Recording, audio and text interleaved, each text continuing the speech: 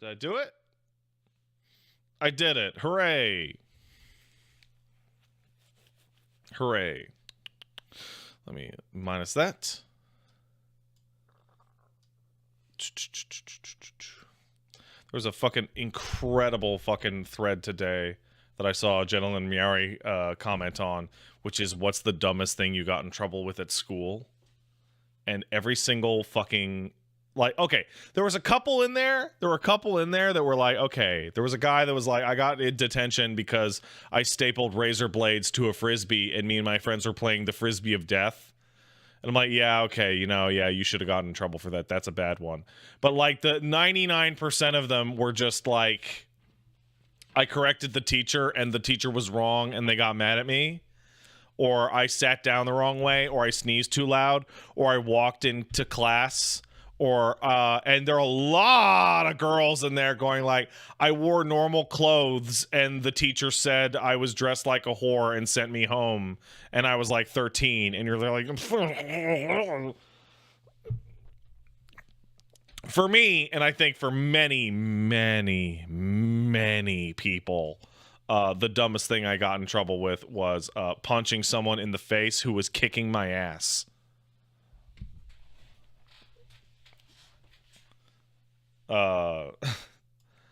Like, oh, this dude's kicking the shit out of me, and I hit him back. Oh, you're fighting, detention. It's like, oh, so the lesson that I'm being taught is that I'm gonna get in trouble no matter what, so I better make it super count really hard. Okay, good, excellent.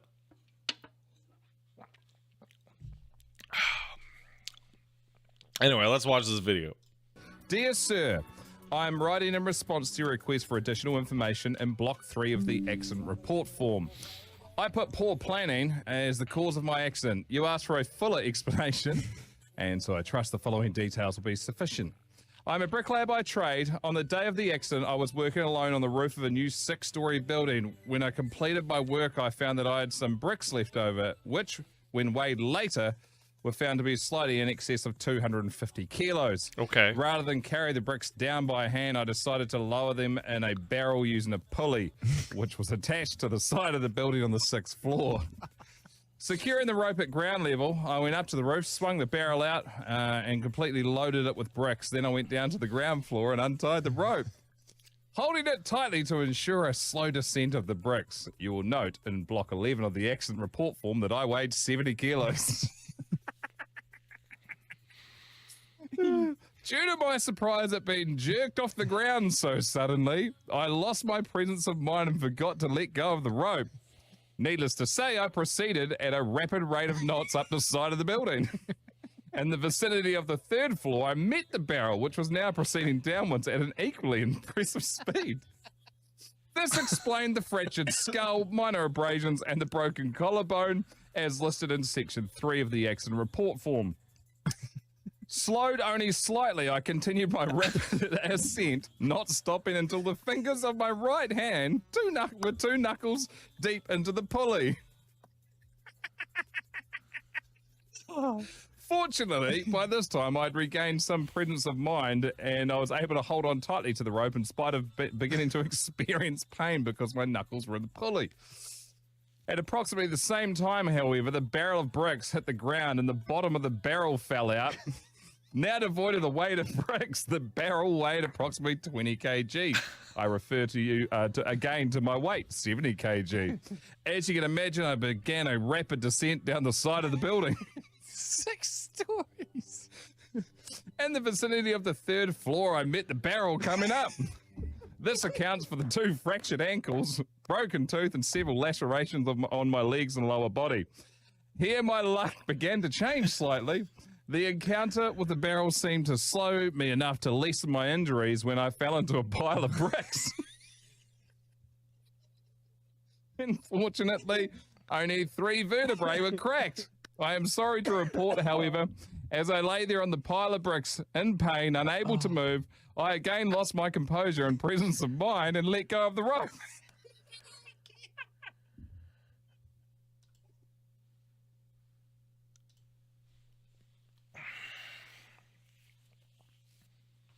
This is like a story from my dad. This is definitely like the worst one that my dad ever told me was that he was doing electrical installation, no, phone line installation. And for phone line installation, you would prop your fucking ladder on the power lines. Like, it was just easier to put it on the power lines. And he was talking to like a cute girl that wandered out in her backyard, and then she went back in and he wasn't paying attention, and he clipped the whole power line, which then caused the fucking ladder to go like fucking boop, and he fucking fell like 20 feet off the ladder and also cut power to a bunch of people's homes.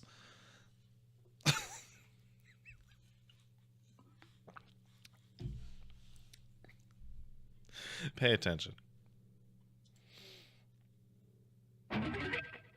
Oh, give me a break. Fun? Let me spell it for you. F is for friends who do stuff together. U is for you and me. N is for anywhere and anytime at all. Down here in the deep blue sea. F is for fire that burns down the whole town. Use for when's it gonna uranium. switch to the grapefruit lady? N is for no survivors. When you Plankton. Those things aren't what fun is all about. Now, do it like this.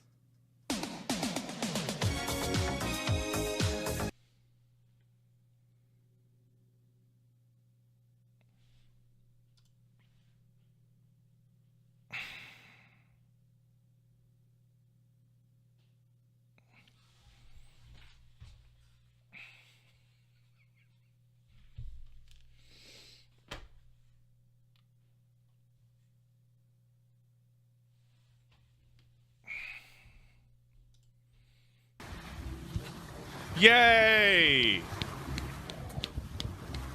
Yay, pig dogs! Yeah, bulldogs are super strong. They're super, super tough. I have discovered that when Zangief has his bone or something in his mouth, I cannot take it away from him. Hey, hey. There's literally no way to take it away from him. He's stronger than his own body weight. And yes, that is how Bulldog go downstairs. Yay, dog!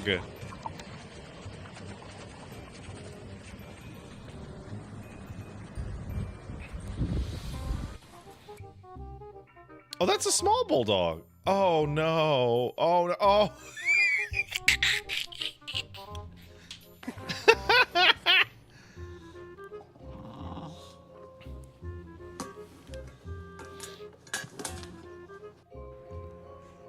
The dog, Zangief does this. He will push things underneath the table and then he will go crazy because he can't get them. Because he is not smart.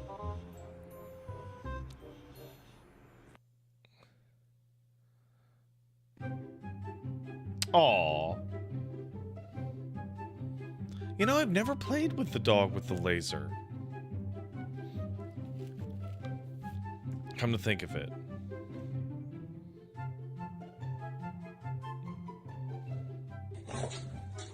Dog. Cat. Dog. Cat. I love them because they are fat and ugly. Cat. Look how fat and ugly he is. Yay. They're not ugly, they're adorable. They are so adorable ugly. Like, Zangief will look like an angel dog, but then he will look like the worst, dumbest freak ever. And then the light will hit him slightly better, and it'll be back to adorable.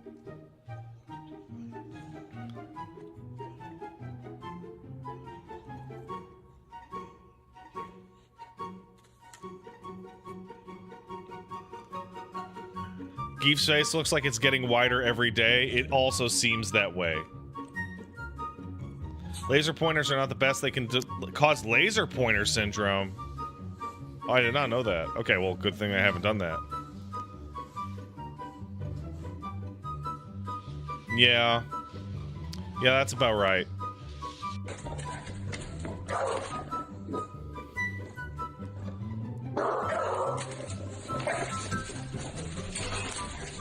Oh my god. It's like the loudest house in the world. Oh, that one looks like Geef.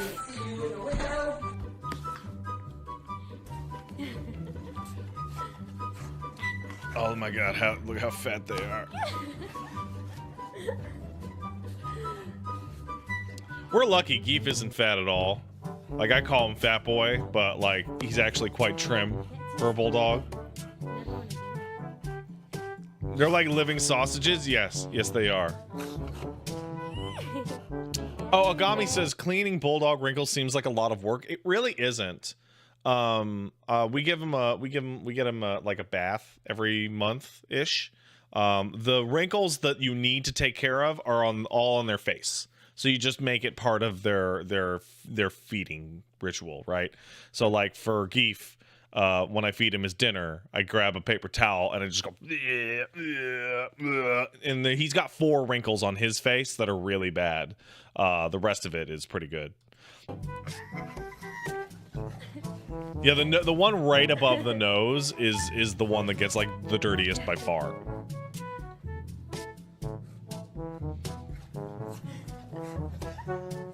And it's just slime. It's just disgusting slime.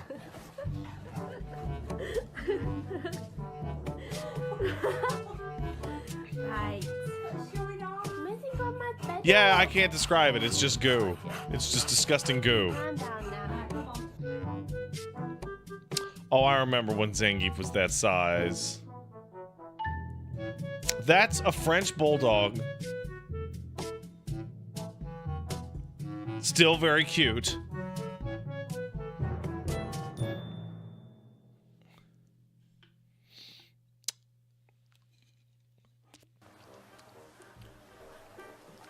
Oh, that's fantastic.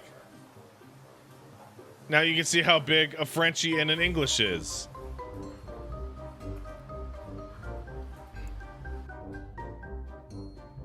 Oh, I remember Geef being that tiny. Just lots of little wrinkles.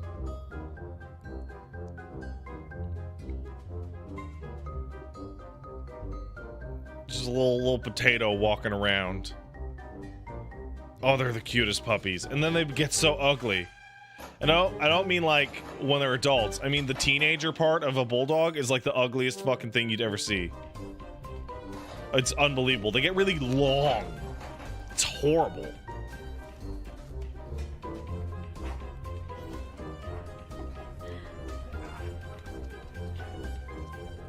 That's a fat-ass bulldog. Look how chunky he is.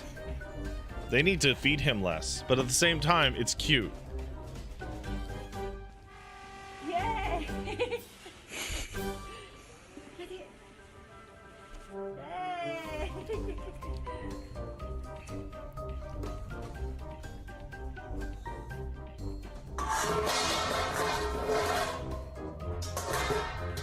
So smart.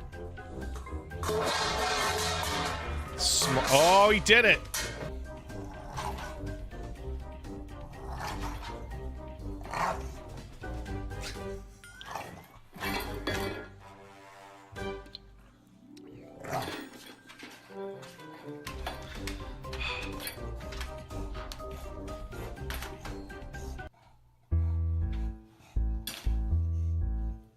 Is that a regular dog? That's a regular, normal dog.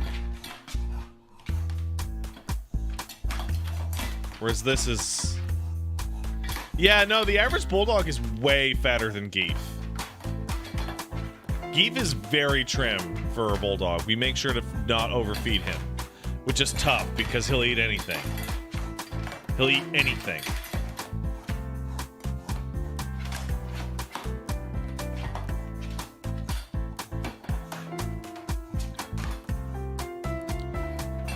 Yeah!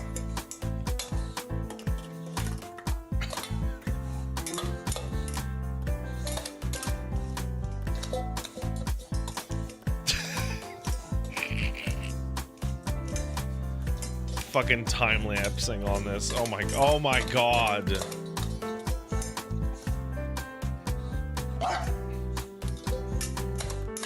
He wants to lay down, but he can't get the bowl out because he's stupid. No, it's not he loves it. He's mad that the bowl is there, but he's too stupid to move the bowl out. I sit like this with Geef. I do this. I get Geef on the couch and I hug and I hold him like that.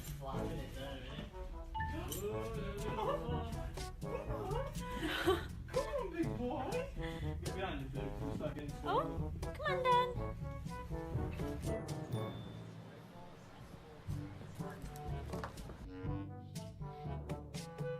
Oh, I love these dogs. Aww. Yay.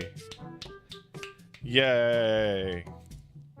So one of the things that Geef is really good at, like when it's his toy, right? And like he'll have his toy in his mouth and I go grab the toy, he'll go right and make a big noise about it. But that's because we're playing.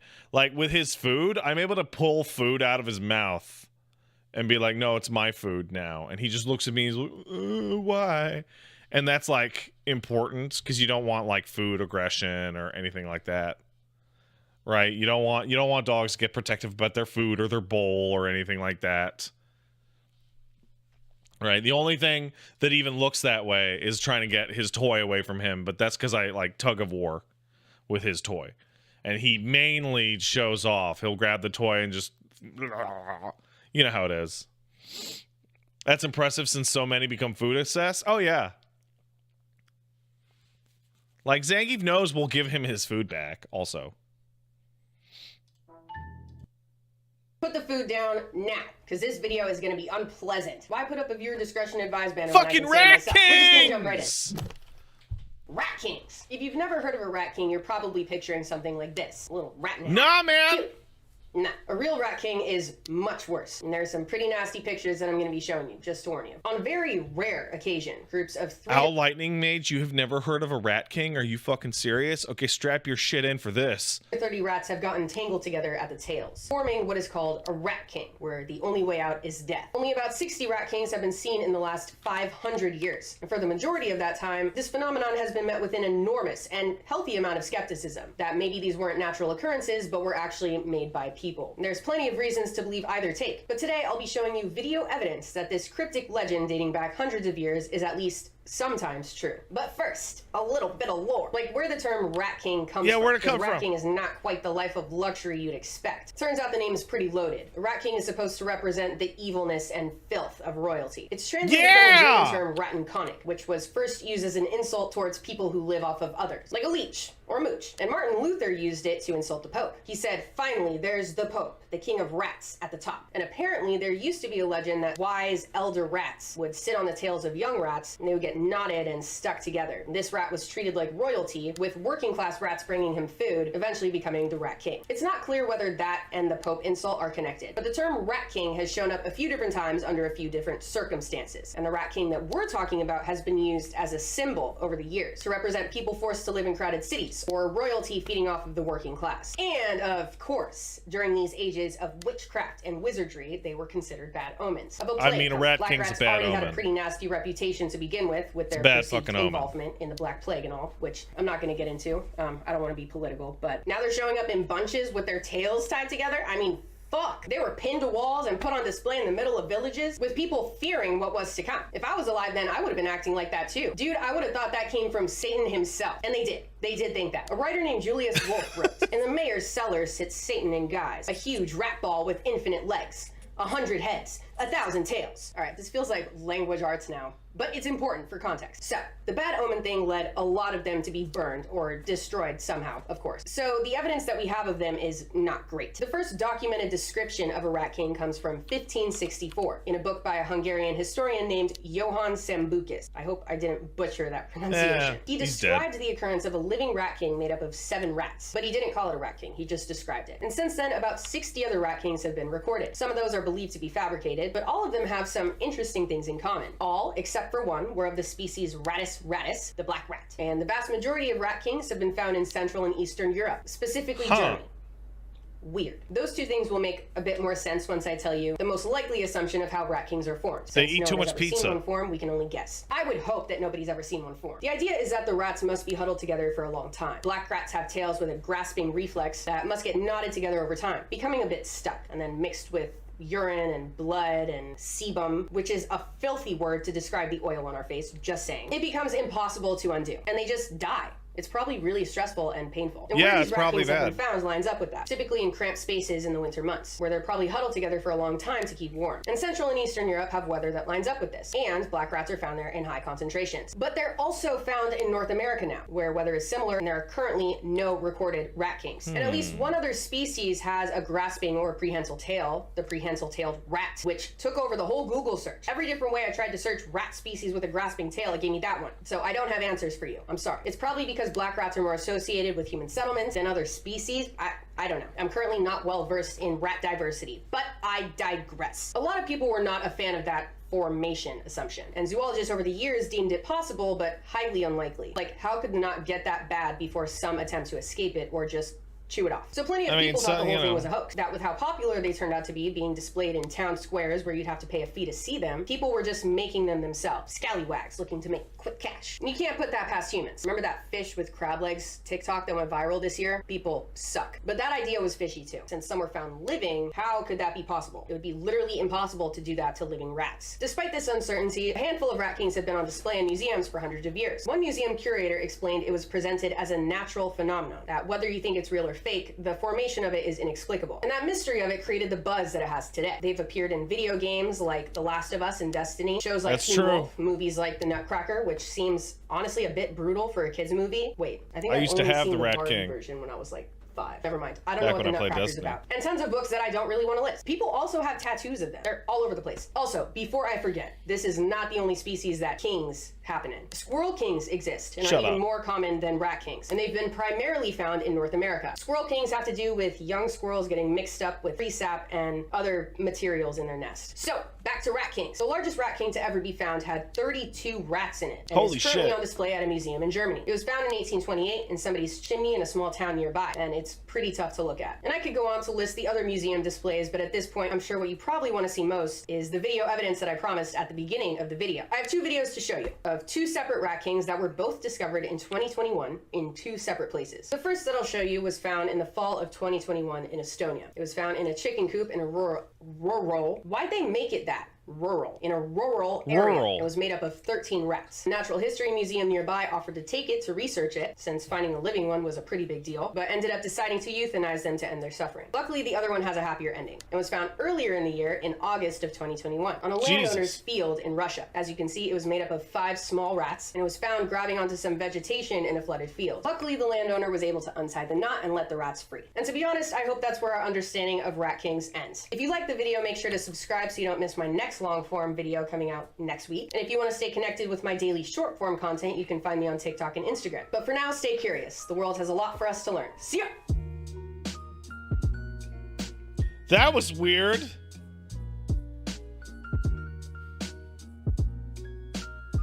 I don't want to be a rat king. Yeah, I do. I do. Was that true? Was that true? Horror as a video game genre is a fairly unique categorization. Most genres describe the interactive portion of the game, how the thing operates while you're playing it. For instance, every part of first-person shooter describes the game type, a ranged combat game where you play as hands. What do you do in a horror game, though? Be afraid of things? That's not video games, there isn't a be scared button on a controller. Horror isn't really a video game genre in the traditional sense, it's the intended way the game is trying to make you feel. The only other genre that gets classified based off how it's trying to make you feel are adult-only games. Any type of game you want can be a horror game. I mean, there's a horror card game now. Yeah. Some foundations work better than others for making scary games, but there's a near endless amounts of ways to approach it. Early on, 3D horror games had their own sort of flavor, where you'd still fight and defeat enemies, but your resources were fairly limited and combat was purposely not Survival very technical. horror. More recently, you've got your attempts to maximize fear factor by making the player feel as helpless as possible. I like this Usually they video. limit or entirely restrict your ability to fight enemies directly. I'm talking about stuff like Markiplier and indie horror games that present and explore cool gimmicks while not overstaying their welcome. There's also the really cool hide and seek with naked men in poorly lit rooms. Oh, I love subgenre that of one. No, I horror-themed don't walking actually. I sims. don't like These it. games have disclaimers at the start that let you know that you can't fight stuff in these games because fighting isn't scary. These games suck. They do. For as many horror games as there are that try to make the player feel weak, if not totally helpless against threats, there's plenty of games that don't really try to make you feel all that vulnerable, but still half wear the horror tag. This intersection of games often gets called action horror. The most quintessential RE4! titles in the group being the Resident Yeah! Evil 4 family of Hey! third-person shooters with Haunting resource Ground management Lady's there. focuses. They're horror.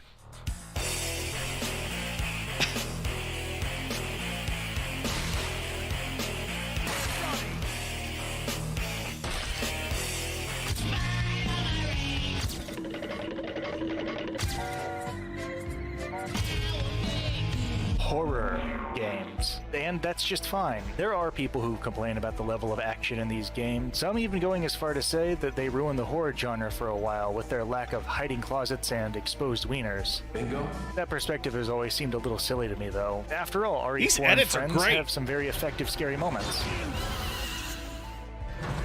And logistically, or whatever you want to call it, when you're making a $60, soon-to-be $70 single-player video game product with an 8 to 12 hour average playthrough time, it's going to be very hard to keep things frightening the whole runtime. Scariness is kind of like humor. Just like jokes, scares require a level of unfamiliarity that you just can't maintain over the course of 10 hours.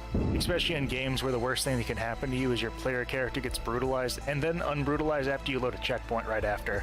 It's much more feasible just to make what's largely a fun action game with eerie atmosphere and enemies, and then have a few key moments where you really try to scare the player.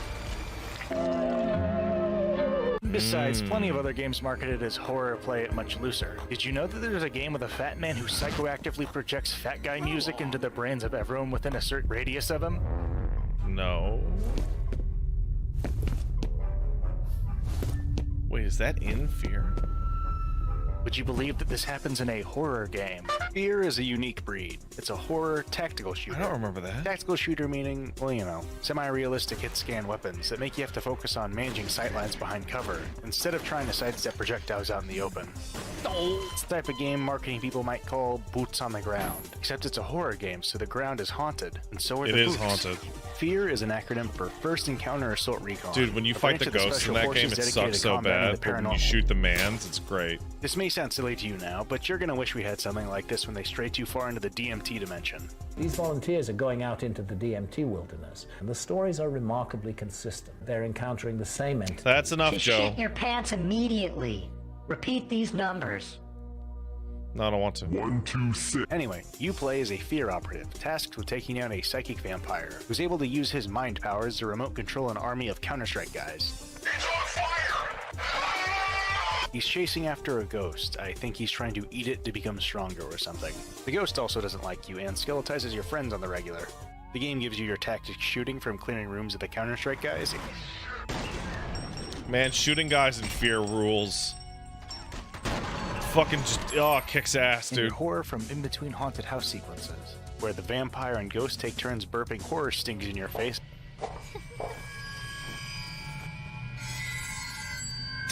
I fucking forgot about that And dropping scare! skeletons on you.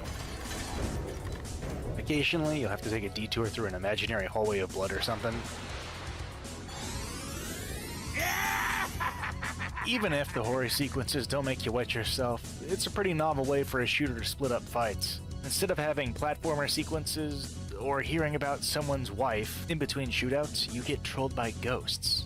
The main meat of the game is the gun violence, and it's very good. A lot of the firearm models may look like they're made out of Play-Doh, but everything else about them is convincing. There's a bullet hose SMG, mediocre assault rifle, dual-wieldable pistols, an AUG that only shows up like 4 times, and a hilariously powerful shotgun. Fucking love the shotgun in that game, dude.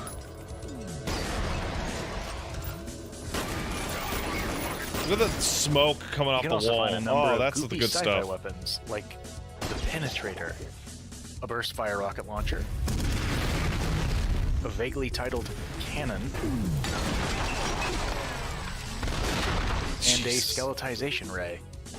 A handful of throwables are also littered around the game, like grenades, bouncing trip mines. I remember that.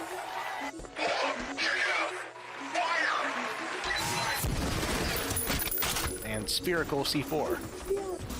Most of the work to convince you the money shape in your hands is actually a deadly weapon is being done by the stuff getting shot. Yeah. The game's environments are filled with exploding sacks of paper, fun-to-shoot physics objects, and breakable glass, all illuminated by dynamic lighting, which is sometimes being emitted by swinging physics lights that are also fun to play with. The game's audio design is also doing a lot of the lifting. Different surfaces make different sounds. Obviously, bullet impacts will sound different, but also your footprints. Footstep noises used to be a big deal, guys, back in the 90s. And even fucking ejected serious, showcases actually. have different percussion depending on what surface is being hit. Despite how much fun the game makes it, you're not actually meant to be shooting the environment. The vampire thralls are also very animated, and reactive to damage in ways that are still impressive over 15 years later. When they're not in the middle of suffering from ballistic trauma, enemies act pretty smart. They'll react to your flashlight, interact with things in the environment, and coordinate with their friends to try and flank you. The clones will do verbal callouts to coordinate with each other. It both makes them seem fairly smart and gives them some characterization as goofballs. You would think clone stormtroopers hooked up to a psychic network would act professional to a robotic degree, but they've got some quips. They end up feeling more like an airsoft team that showed up to the wrong field.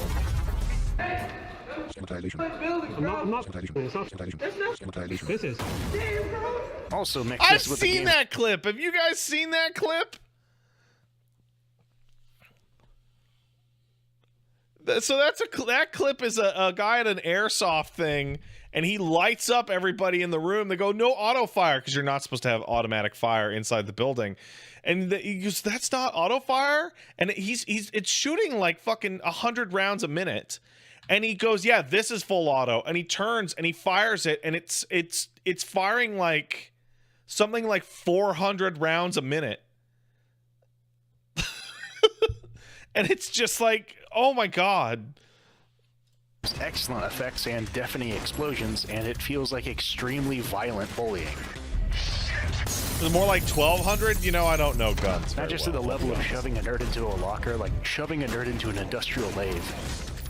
The game doesn't really ever try to make the grunt seem scary. Instead, there's some infrequent mini-boss style enemies that pop up every once in a while, and they're designed to be much eerier.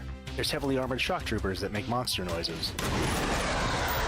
Occasionally you run into cloaking Sam Fishers that act like poltergeists, knocking stuff over to scare you throughout the game. Then there's actual poltergeists. Yeah, those some are annoying awful tanky to fight. sentry guns, drones, and mech suits, which don't seem very scary, but they have a habit of Kool-Aid manning their way through walls in a consistently startling fashion, and maybe they're being driven by skeletons or something. Oh yeah! There's not a whole lot to talk about gameplay-wise. It's a really fun tactical shooter, so mostly just click on heads and manage sightlines like any other game like this. Fear's got some unique stuff going on though. Primarily you can slow time, which primarily lets you make the grunt screams way funnier. There's also some tactical applications to this. Most obviously, you can use it to outshoot a screen full of clones. Grenades can also be shot out of the air, which bullet time Oh, helps so with. cool. But please understand that while less impressive looking, beaming grenades directly into people is much funnier looking. Finally, you've got multiple kick maneuvers. The signature aerial roundhouse and a slide kick. It's not a great idea to try these on the big guys. Doesn't do anything. The dude has 0 footsies. And early on, they're unnecessary overkill since a simple gun dash will down most enemies in the first few hours. But against the tankier clones you fight later in the game, or the cloaking Sam Fishers, a good roundhouse kick will do the work of 4 shotgun blasts to the face. Hell yeah, it will. Fun game. It's a weird case study in the sense that making it a horror game makes it a more interesting tactical shooter, but it's not that scary.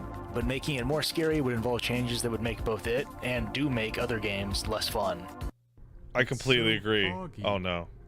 I hope I don't hit anything whilst I look for my wife. Oh, a bathroom. Time for me to make a poo, I guess. Making a poo. Making a poo. It's a funny face. Hey. You can't do that. That's public property.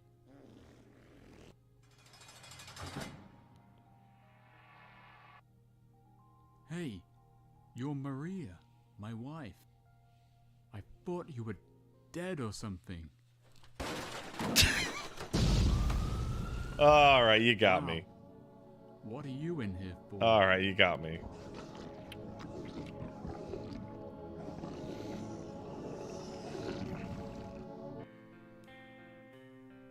Oh. Funny face?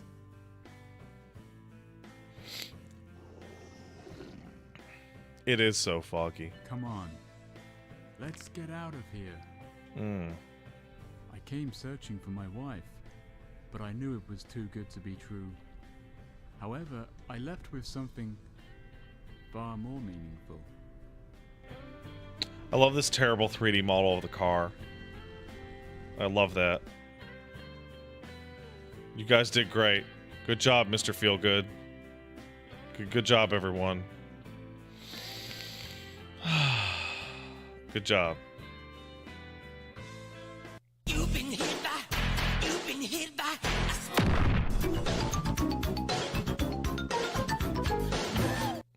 Why?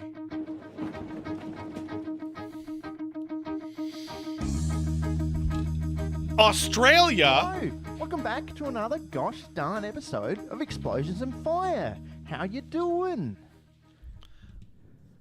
I knew it was Australia because of Macca's. Today we're talking McDonald's, or as it's known in Australia here, Macca's. Macca's. Macca's. Macca's. Macca's. Macca's. You know, Hey, I have a question, guys. In Quebec, McDonald's is called McDo. I haven't actually heard many people use the phrase McDonald's out Western Canada. What do Western Canadians call? Do they really call it Mickey D's?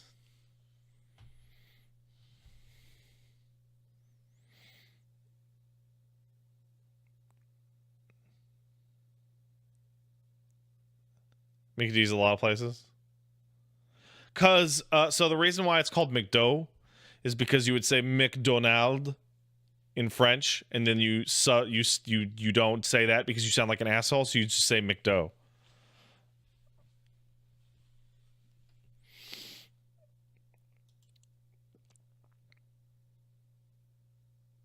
It's called that in the Philippines. Really? Huh, weird. Oh, the burger chain with the burgers and the fries and that sort of thing. But we have to ask ourselves, is it flammable enough? And I'll be real with you here, I don't think it is. I'm No, it's honestly not flammable at all. satisfied with how flammable McDonald's is. So before we start making it more flammable, we need to understand just how flammable the raw McDonald's is. I think this core concept is definitely worth from 0 20 to minutes. 11. It's completely made up. We get to assign how flammable an object is based on how well it burns. What do you mean, I guess. speed of sound? 0, it doesn't burn at all, whereas an 11 is it detonating. Oh. So we can track our improvements to see if we can move McDonald's overall up the flammability scale, which I've just invented. That's good, and now it feels like we're doing real science because I've put a number towards it, so this all seems really legit. I see the On the woman who food found a side, 20-year-old we've got sealed the meal that didn't buns mold, and just the kind of meat stayed and the the same. cheese. Yeah, preservatives are awesome. And the chips and the nuggets and the filet-o fish and the pickles and the sauce. I know they're destroying etc. our And on the enzymes and our non-food side, sperm you've and got whatnot, stuff but like bags, preservatives make cups, food good paper longer. straws, the burger box, and of course the We don't toy need that those comes in sperms. all Australian McDonald's meals. Oh, sick! It's Grimace. Fuck, I love Grimace. Just curl I up love every getting the tail. Grimace. I love doing it. Fuck Grimace. How good's Grimace? I mean, comment below how good Grimace is. Fuck right? Grimace. Like, I love Grimace is a How freak. good's Grimace? Oh, fuck! I love Grimace.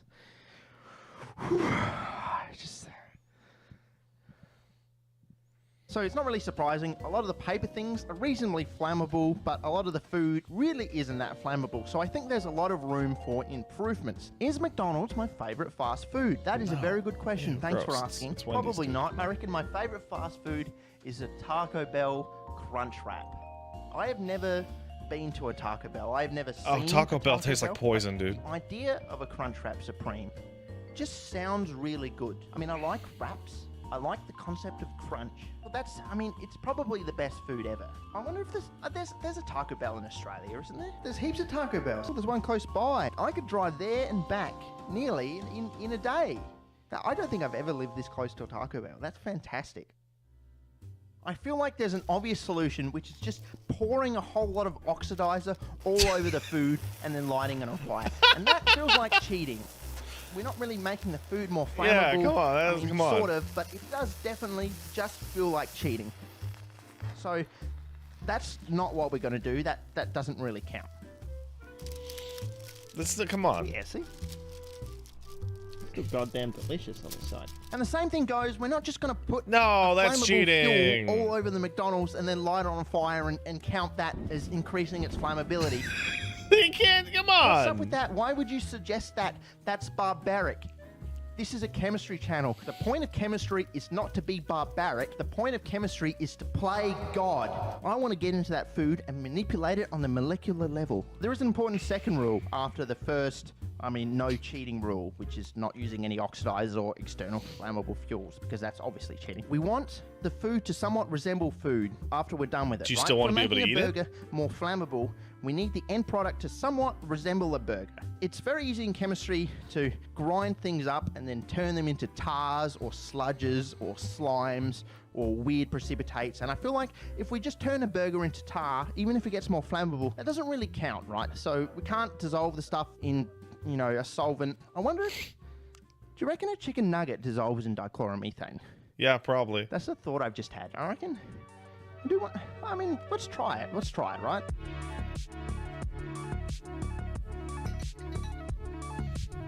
Chemistry nerds seem like they're having a good time with chemistry. That seems to be my overall feeling.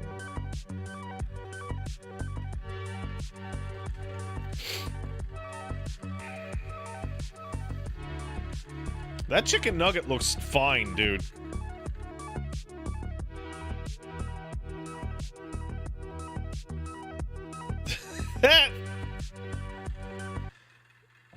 The dichloromethane has a slight yellow colour. It's picked up something, but the nuggets still look mostly fine. I actually thought they dissolved a little bit better than they did.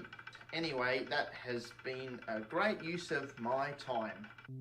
So my idea of how to improve the flammability of all of these items is through nitration. Now, there's lots of different reaction conditions for nitration, but basically you're trying to get a NO2 group onto the molecule, whether that's onto an oxygen or onto an aromatic substituent or just onto a carbon anywhere or even on another nitrogen. In terms of flammability, this is really good because it's just putting two oxygens into the structure. The nitrogens also help a little, I suppose, but mainly for burning, we're improving the oxygen balance of the food. Because a lot of this food and the packaging is made up of organic molecules with a lot of hydroxyl groups, the reaction conditions we're going with are quite cold. We're using concentrated sulfuric acid. So we can set up a nitration mix here. We've got some cold concentrated sulfuric acid, and we're adding a nitrate salt in there, which is going to generate our nitric acid. And then we can go about adding our packaging materials. So we've got our cotton, we've got our burger box, our straw, and we can run that through a very gentle nitration over a couple of hours. Wash it to get rid of the nitric acid, dry it out, and test its flammability. Wow. Nice.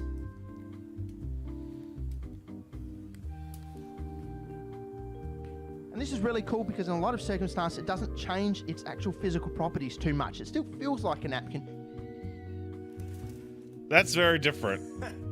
So, that wasn't too hard. We used our knowledge of chemistry and we drastically improved the flammability of the McDonald's packaging material. However, a problem arises when instead of packaging material, we try using the insides of a sentient creature.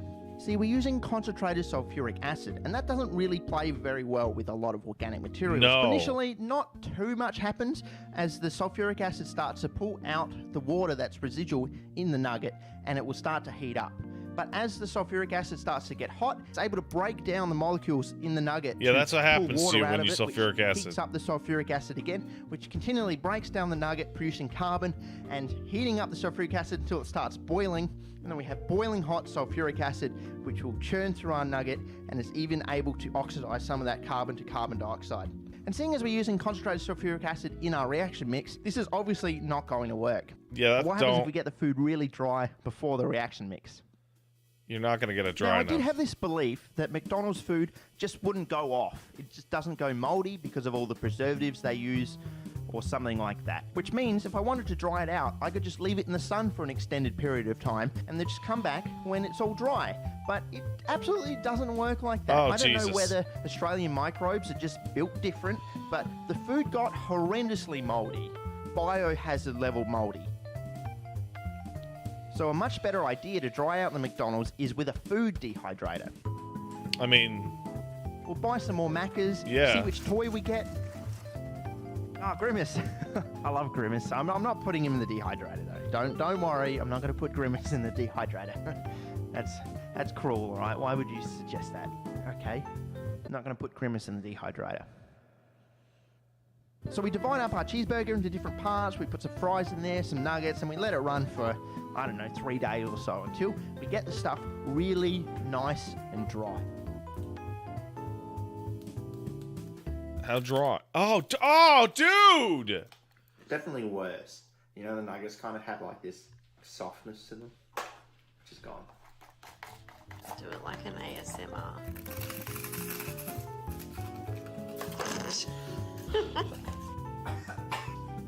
It's like chalk. Miserable. The dehydration has sucked all the joy out of this chip.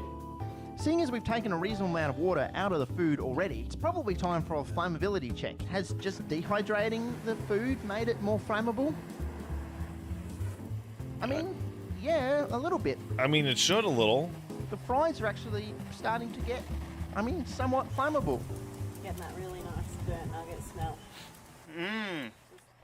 Now that our food is all nice and dry, we can go about nitrating it in a mix of nitric and sulfuric acid. I'm just going to start with the bread and the fries here in the nitration bath because they're mostly starch and sugars, I believe, so they should nitrate pretty well. The meat products have an extra issue, which we will get to later, but for now we'll just nitrate the bread and the fries. After 3 hours, we'll pull them out of the nitration bath and give them a wash in some ice cold water to wash off any residual acids. Then it gets a wash in some sodium bicarbonate solution, which tries to neutralize all the excess acids. Good old but sodium it bicarbonate, goes of course. Quite badly. First of all, it does go a horrible yellow color, which is never what I want to see. The neutralization reaction releases a lot of gas, which breaks apart the bread really well. Before long, we don't have any nice pieces of bread anymore. It's just a lot of bread powder, but I did manage to salvage a few chunks out of it. We leave it to dry, initially over some calcium chloride, just to try and pull a lot of the moisture out, but when it looked like it wasn't really drying fully that way, we used a vacuum desiccator over our friend phosphorus pentoxide to try and really remove all the residual water. Jeez, man, you're going hard on this. So after all that work and 2 weeks of drying, is it more flammable? A little. I mean, not really. It's not very good at all, actually. My feeling is we didn't get rid of all the sulfuric acid, which means it never really dries properly, even over phosphorus pentoxide. But maybe the nitration reaction didn't even really work that well. We only ever really nitrated it right around the edges and didn't really get in all in there, you know, like we actually need to do. So I was thinking about this. How can we do this better? Because we need the food to stay more together, but it needs to be more porous so the reaction mix can kind of, you know, get in on in there. So what if, instead of using a food dehydrator to dehydrate the food, can we freeze dry the McDonald's? Jesus. Fuck you. Come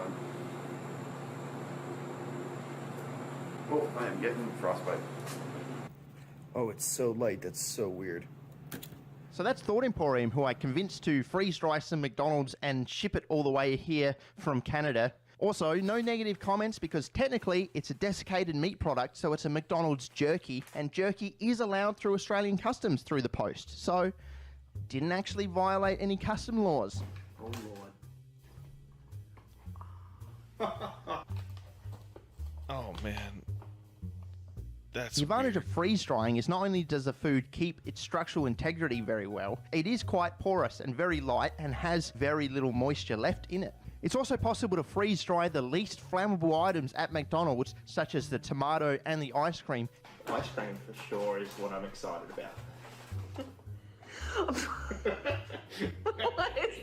This is. Is that how do you freeze dry ice cream? Isn't ice cream already? What? That doesn't make any sense. No, don't eat it! I mean, it's chalky, but it's like a nice chalky. It's actually very good.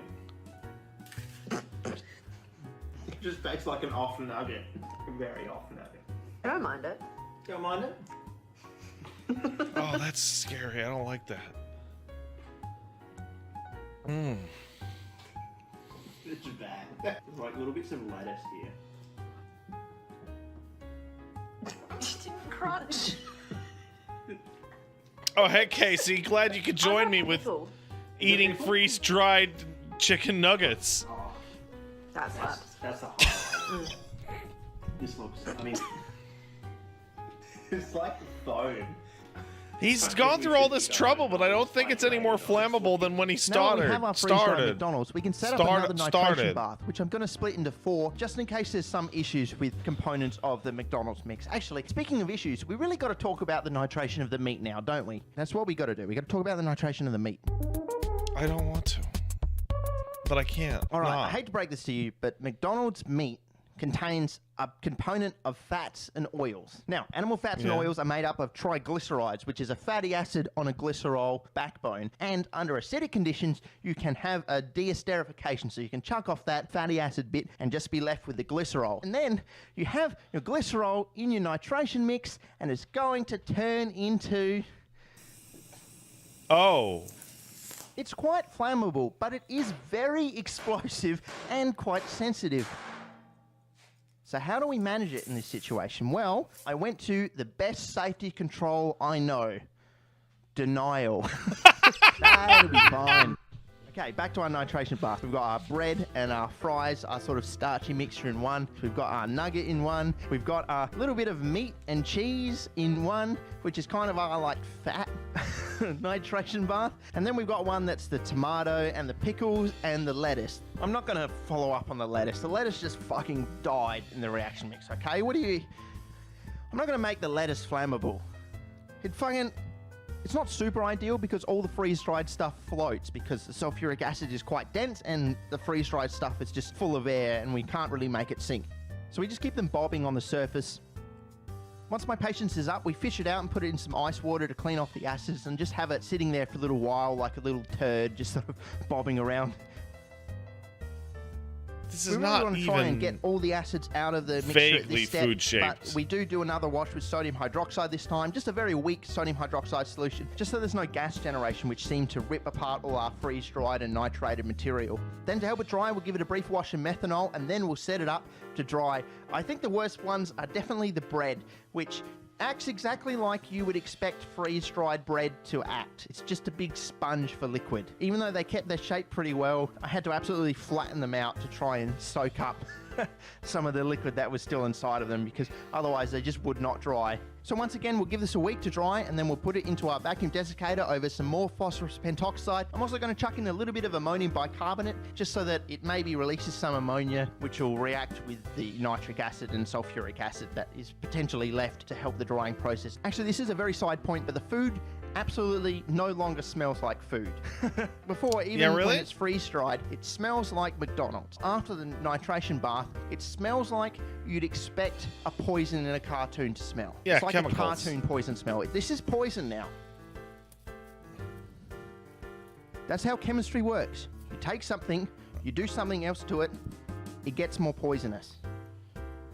Oh, and also on the other side, the beaker from the meat and cheese nitration mixture was actually covered in a bit of an oily film on the outside. It could have just been the fats, but I'm not going to do it again, and definitely not at a larger scale. Don't do this. I mean, if you're thinking of doing this, What are you doing? You know, bro, just go to McDonald's, enjoy the food like a normal person with your friends, and enjoy the toy. There's nothing more to it. Oh my god. Hell yeah, another grimace.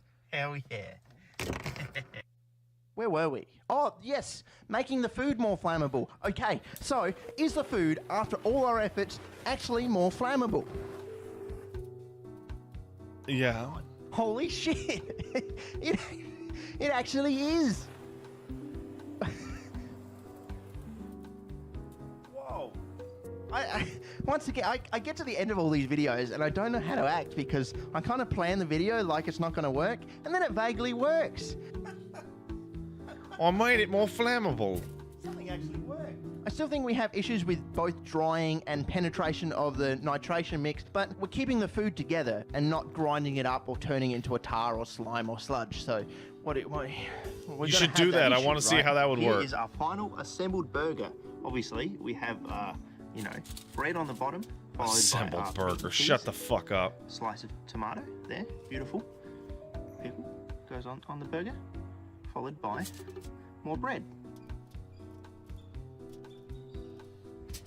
Undoubtedly a burger. So obviously all the components in our burger have been freeze-dried and then nitrated. Got our nitrated nugget here, nitro fries. We've got our nitrated bag. That's on a nitrated napkin. It just looks like an ordinary napkin, but it's definitely nitrated. And that is a normal cup, except the straw. That's a nitrated straw.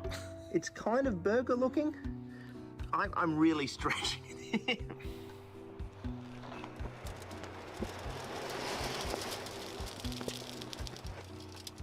I mean, the napkin really went.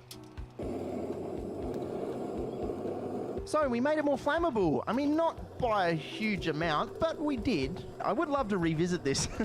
So if you have any suggestions? I have to really judge the flammability tests requiring a flamethrower to set them on fire. I judge this On how you would have gone about this, or other reactions I could do to try and make a hamburger really flammable. I don't know why you would know this, but if you've got some ideas, I want to hear them. On my own, this is probably as good as I'm going to get it, but with your help, you bunch of psychos, I could probably do a lot better. Look, I got to say, I'm sick of this shit food, though. Been eating so much McDonald's. I deserve some good food. I deserve something really good. Some sort of really good food. Are you hungry? Yeah. All right, let's go. Oh god, they're gonna drive to the Taco Bell, aren't they? I mean, what, we've done 3 hours now? Is it 3 hours? It's 2.5. 2.5. They totally drove to the Taco Bell. Good for them. Good for them. Today, I'm going to teach you how to face your fears. Now, the first step to facing your fears is...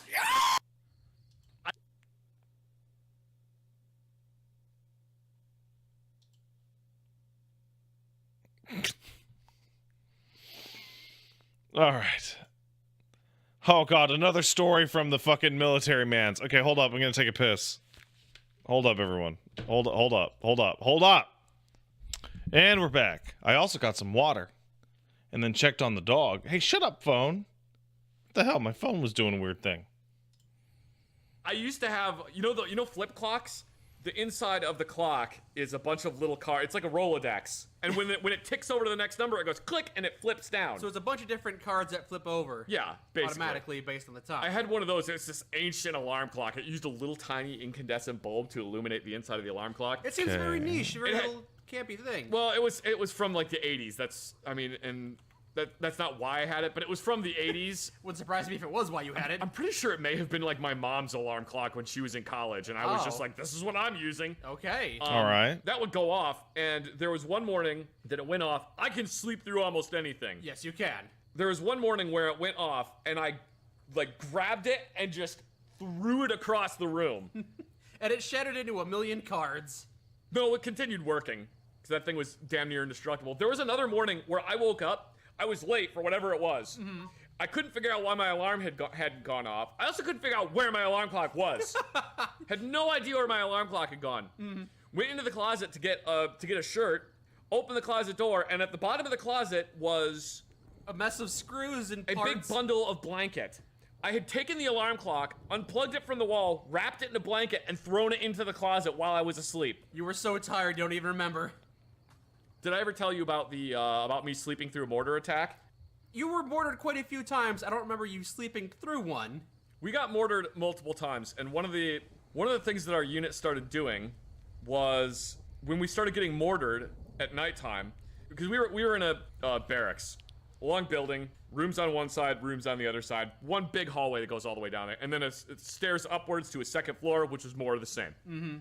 So when we started getting mortared, they got everybody to come out of their rooms into the hallway so they could get accountability of who all was there, which I thought was a really fucking stupid idea. Well, you mean because we're all now in one long corridor? Because now we're all in one long corridor, and if a mortar comes straight through the roof, it's going through the roof, down, and it's going to detonate in the hallway and just send shrapnel ricocheting down this hallway made of cinder blocks. Well, how else would you have gotten accountability?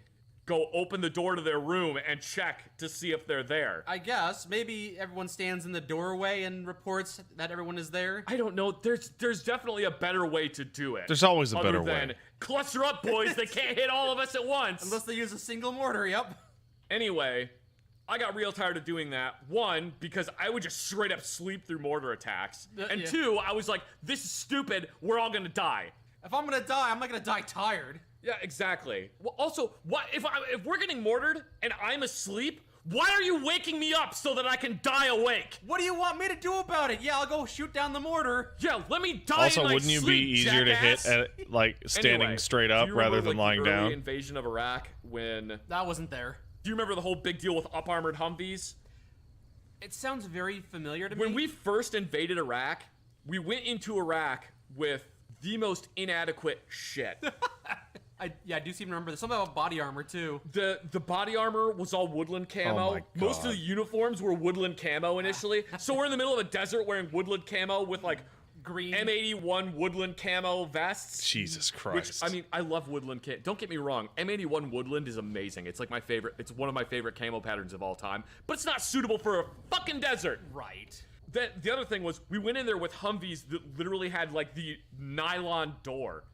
It was just a metal frame with a nylon door and a plastic window that folded down. Jeez, no wonder so many of them got killed in fiberglass IED doors. attacks. So there was a big deal about like, these soldiers are in Iraq with doors that this Humvee literally has zero armor on it. Like if you threw a baseball hard enough, you probably could get it to go through the... Oh my God, what is his name? What is the fucking baseball player's name that Babe Ruth? No, that obliterated a bird with his I pitching. remember that. I'm sure that's not what he wants to be known for. He was pitched real fast. Anyway, if that dude pitched a baseball at the side of one of these Humvee doors, I'm sure he could get the baseball, just go book and punch a hole clean through the door. Just throw the baseball through the door, huh? The dude had like a 100-mile-an-hour fastball. It's like he could do it. Anyway. So they started just making doors out of sheet metal, which sucks. It's like, that's not going to stop an EFP, but it's better than nothing, I guess. I guess. Oh, sorry. EFP is an explosively Dude, formed I could punch projectile. through sheet metal So with we a were pair of slapping scissors. metal Sheet metal's on useless. Humvees. Just any kind of metal, dude. Yeah, basically. Sheets of metal. During the early global war on terror in Operation Iraqi Freedom, they were just slapping whatever they could find on the side of Humvees. Just anything. Like, legitimately, soldiers were piling sandbags in the bottom of the Humvee to absorb something. Okay. Hopefully it'll absorb some shrapnel. Wow. Because these early Humvees, during the early global war on terror, you could straight up take out a Humvee with a single hand grenade. Wow, that's pretty pathetic. It's pretty terrible. Do you think they were designed that way because they weren't expecting to use them? I mean, I'm no expert on the U.S. military, but considering that you guys have the best funded military in the world, and every time I see any soldier describe the fact that they never got the right kit, they didn't get the right gear, and they had to buy their own stuff, it makes me think that that largest funded military in the world is just about giving some senator's friends a shit zillion dollars so he can make a plane that doesn't fly.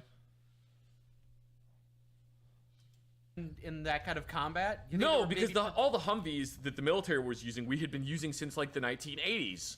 It's not a frontline combat vehicle. It's not an armored personnel carrier. You're just using this thing, this Jeep, as like basically just a utility truck. You're just transporting stuff from A to B. And A to B usually does not include a front line anywhere. Also, by not putting a bunch of armor on it, it's slightly faster, so hopefully if you do encounter any enemies, you can kind of just go, ah, and drive away really quickly. Also, you probably should have a dude on the back with a 50, and then he could, like, shoot at him, so whatever. That doesn't really work when you're in a urban environment and you're fighting asymmetric warfare, i.e. a bunch of insurgents who are planting fuck-off landmines on the side of the road. Yeah, it seems Yeah, like why would the those guys Humvees ever were get into, designed like, for a conventional gunfight with the US warfare, military? Not to combat insurgencies or partisan participants. Yeah, exactly. They were designed for conventional warfare, and they weren't ever supposed to be frontline vehicles. My initial thought was, how did we not learn anything from Operation Desert Storm in the 90s? No. But at the same time, that was more of a conventional war too, wasn't it? That was more of a conventional war against a very underpowered enemy. You didn't have Humvees doing frontline combat. Maybe you had some Humvees doing scout duty?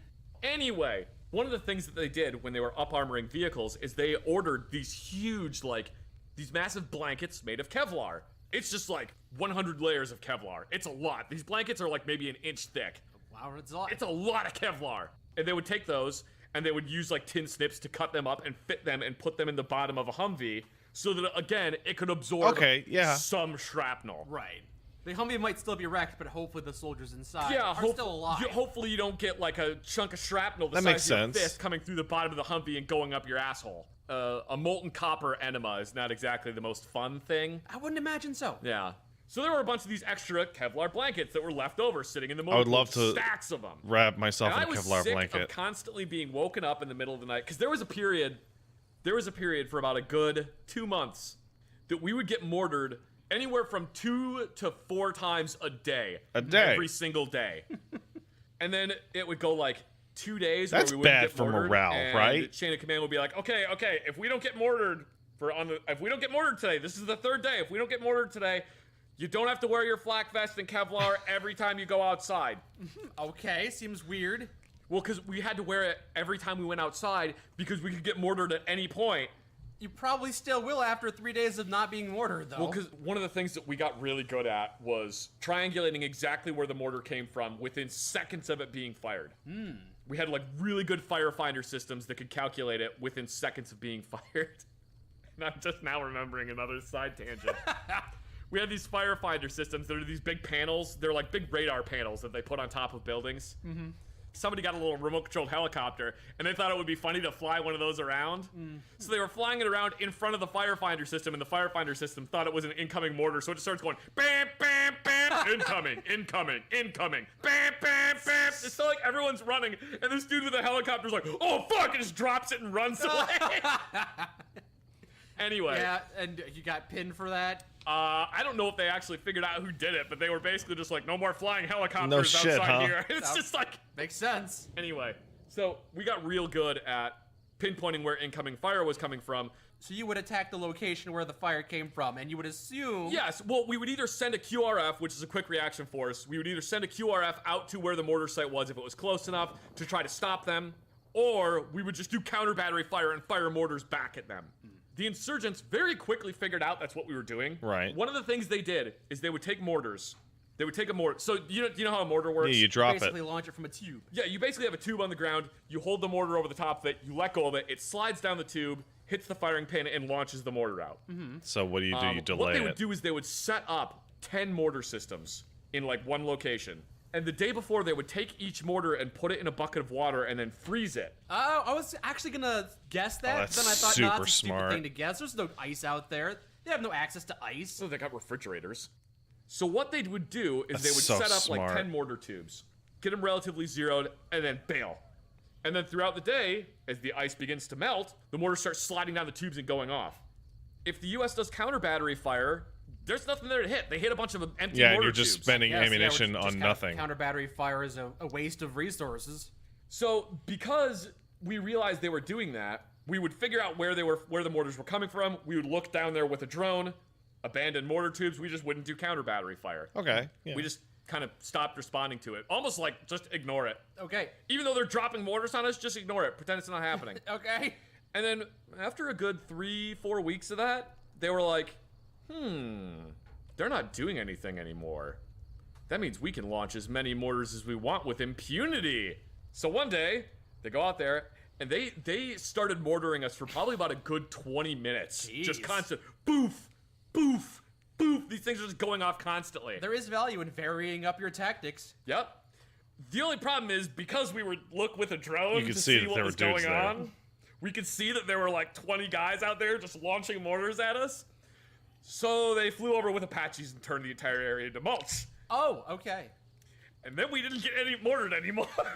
We got him. So that leads into you not being mortared for 2 days. Oh, well, that doesn't lead into that. Basically, they would vary up their tactics. They would, like, wait a couple days. Well, the entire reason Not you mortared. told this story is because you started off telling another story about how you... Yeah, I got that real ADHD. I brain. know, but now going back to that story where you didn't have to wear armor on they're the like, third "Oh, day. well, if we don't get mortared by midnight tonight, then we don't have to wear flak vests and Kevlar anytime you go outside anymore. Which seems poorly thought out, but anyway. It does seem poorly thought out, and also I didn't really... That's so outrageously fucking stupid, because, like, I'm going to assume somebody who is deciding to bomb an American base has, like, a binocular and can just go, yeah, they're not wearing them anymore. Right? It's like, right? You didn't like to wear flak and Kevlar. I didn't want to wear my flak vest and Kevlar anywhere, and I also kind of just wanted to die. So I was like, whatever. If a mortar Oh, they're lands firing right from next to over me, the I'm already horizon? fucking Oh, that's dead cool. anyway. Why am I wearing this crap? Eh. Just what? I don't care. I mean, yeah, if a mortar landed like 50 meters away from me, I could still get hit with a chunk of shrapnel and die. That the flak vest would have stopped anyway. So so we're just like sitting there like watching the clock, waiting for midnight to roll around. 11:51, mortars start dropping in. Just like, God, I don't want to wear this thing anymore. Stupid flak vest keeping me alive. I'm so hot. It's so uncomfortable. I literally would go days without eating because it was too hot to go out to the dining facility. Jeez. I would just be sitting there and be like, it's time to go get food. I'm just gonna eat some Pop-Tarts and drink some water. It's fine. Oh, Jesus. It's too hot to go to the dining facility. I'm not putting all that crap back on. Oh, yeah. Anyway. Yep, if you have to put all your gear on to go eat, I guess, like... Oh, it was miserable. You have to Anyway. weigh that, Anyway. We're getting word every day, and I'm tired of having to get out of bed and go sit in the hallway. And we got these Kevlar blankets sitting at the motor pool. They're very comfortable to lay on, I assume. Not really. No. They're quite thick. It'd be like laying on a big leather pad. Which, I mean, I did that in gym class. It was kind of fun. Yeah. I remember It would be those. better than sleeping straight on the ground, but they don't have a whole lot of give to them. Gotcha. Really? And I'm looking at these blankets, and the old wheels start a-turning. Oh, boy. So I grab like 2 of these Kevlar blankets and just drag them all the way back to my barracks room. Okay. I take one of the blankets, and I make a handle for it out of duct tape. Uh-huh. Like a big pull handle. Okay. And then the other blanket, I shove it in between the mattress and the bed frame. Okay. So we start getting mortared that night. I grab the handle and I pull the Kevlar blanket up over myself, and thus cocooning me inside a giant Kevlar pod. That seems terrifying. It was quite comfy, actually. I know for you, Mr. I love being compressed in an MRI machine. I don't see why that is a bad idea. This seems like a good idea. Opening back up is kind of horrific. Oh, no, because literally I could just push the Kevlar blanket off me. Yeah, unless the building got mortared and then rubble fell on you. Yeah, but I'm dead. If the building got mortared and it collapsed on me, I'm dead anyway, so what do I care? I'd rather be mortared than buried and trapped in my Kevlar cocoon. That wasn't really a concern for me, because it basically would just be like if you got in a really thick sleeping bag. Okay. It pretty much is the same. Just imagine it's a sleeping bag, but it's a bulletproof sleeping bag. It sounds great. Yeah. Or an EOD suit without legs or sleeves. You're just in a little Kevlar burrito. So, oh yeah, I also forgot that I put my helmet on. Yeah. I put on my helmet and then pulled all this other stuff over me, and just went right back to sleep. So they're coming down the hallway. Everyone, get in the hallway! Get in the hallway! They're just like pounding on the doors. Platoon sergeant's like, "Where's Hazard? Where's Hazard at?" And my squadroner goes like running down there, like pushes open my door and shines a flashlight in there, and just sees this olive green Kevlar burrito with a helmet poking out of the top of it. And he goes, "Oh, Hazard's fine," and just closes the door. The things you get used to. He's like, "Oh, he's fine." He's probably safer than all of us. What the fuck? And then 2 hours later, he emerged as a beautiful Kevlar butterfly. With Kevlar wings. Pin me to your corkboard now, Mr. Scientist. I actually slept through several mortar attacks because the only reason that I woke up was because someone came and like kicked my door open and was like, "Get in the hallway, we're getting mortared!" And I'm just like, again? Again. Can we not? This war thing is very so much. very War annoying. sucks. When they said war is hell, I didn't know they meant I wouldn't be able to sleep. That's one of the reasons that I sleep so much. Well, Gulf War syndrome is the other one, but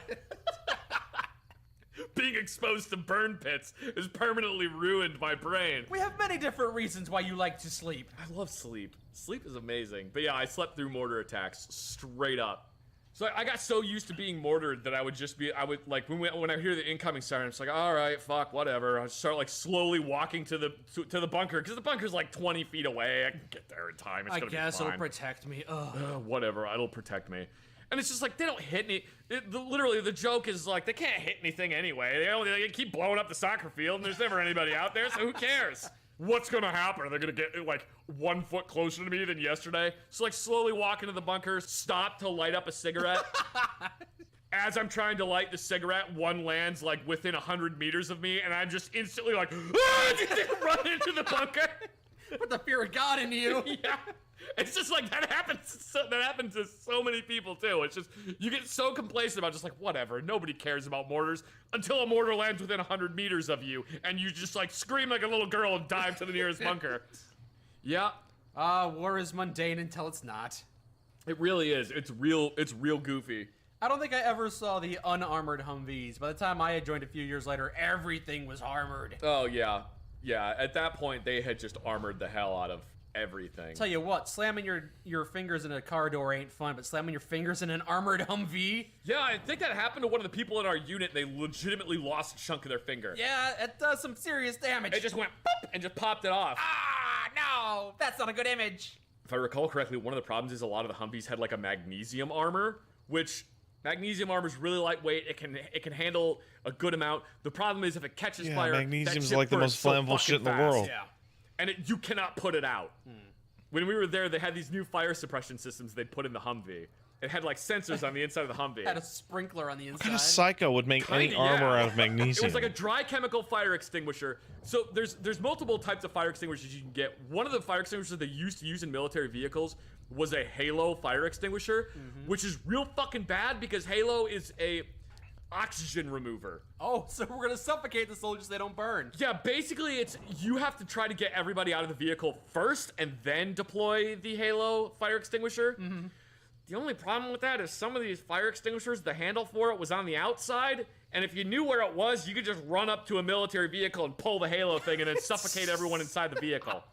So I was out on a convoy at one point, and we were waiting to go somewhere, so we were just stopped. We were all like lined up, getting ready to roll out, and one of the vehicles is just sitting there, and then I just see poof, this like white mushroom cloud goes shooting out the turret, and all the doors open, and everyone just comes out of the vehicle. They come out just completely covered in white powder. How did that go off? One of them was sitting in there smoking, and he took a drag off the cigarette, and then he held the cigarette too close to the fire suppression system, and it saw the bright red glow of the cigarette and went, oh fuck, the whole vehicle's on fire, and just fumigated off the entire thing. So they were just all standing there like it looked like someone threw a bag of flour in their face. It was like, what happened? Goodness. It was so funny because obviously they needed help. They needed someone to like pour water on them or just something. But you're all too busy laughing. Everyone is standing there pointing and laughing at them. The funniest shit.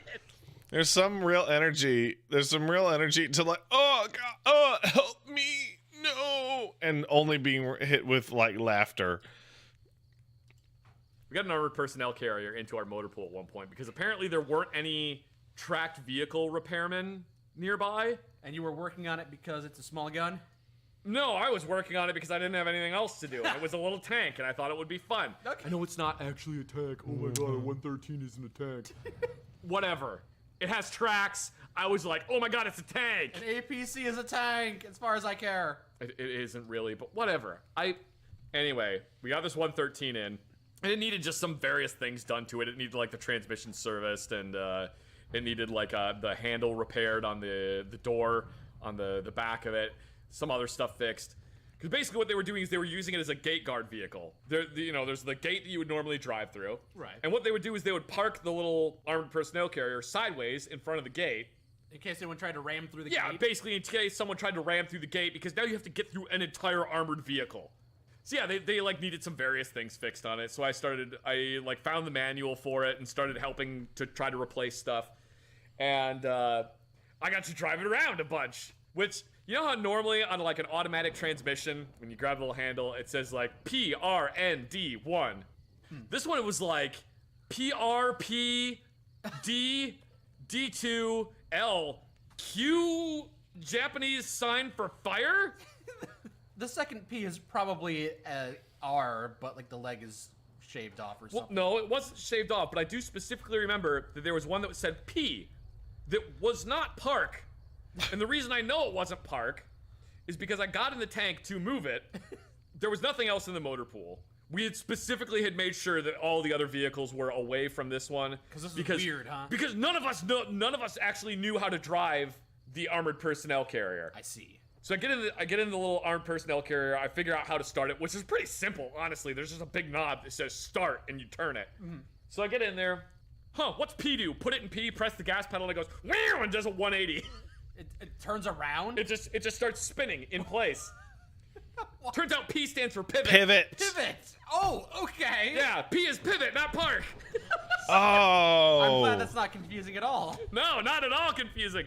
Anyway, yeah, I figured out how to drive it. It was really cool. It was, man, I had so much fun driving that little armored personnel carrier around. Once you figured out how it worked. Yeah. P for pivot, R for pivot, run people over, D for don't move. Yeah, that all makes sense. Do you know what tankers call infantry? Crunchies. Yeah, crunchies. Oh. Yeah, I had, man, that thing was so much fun to drive around. You didn't tell me you drove a tank and an APC. Well, it is an APC. You said you also drove a tank. That's what I. Oh, yeah, no, I drove.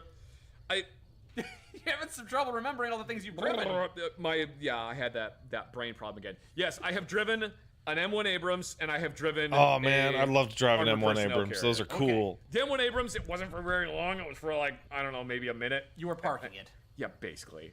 I still have that image somewhat. I still have that picture somewhere of me driving sitting in the armored personnel carrier, trying not to grin like an idiot. Should have took a selfie of yourself in an APC. No, somebody else took a picture of me. Yeah, all right. But yeah, it's just a photo of me in an APC trying not to grin like an idiot because I'm super happy.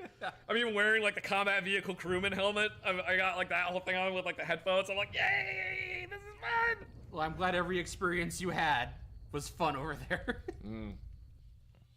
That driving cool tanks and shooting cool guns seems fun. It's the other parts that don't seem fun. You know, all the other stuff.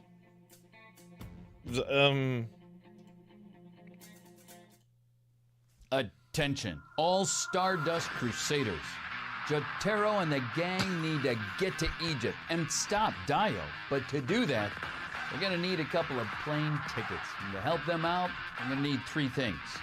Your credit card number, 3 digits on the back, and the expiration month and year. You have to be quick, so Jotaro can use the Star Platinum to stop Zawarudo and save his mom.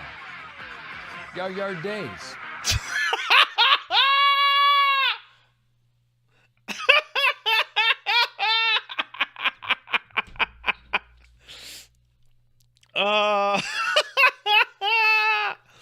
I remember when this guy got kicked off of, was it Cameo or whatever the fuck it was? Because some fucking admin decided that this was credit card fraud? Was Fiverr, yeah. Somebody decided that his stupid memes were credit card fraud. And his response was like, I'm not providing anyone the ability to send me anything. It's a joke. I've done it like 500 times. Yeah, it's not credit card fraud. It's fun. Also, I'll be right back. I'm hungry. I'm gonna go get some cold pizza, and then I'm gonna eat the cold pizza. Hey, I'm back, and I got some cold pizza.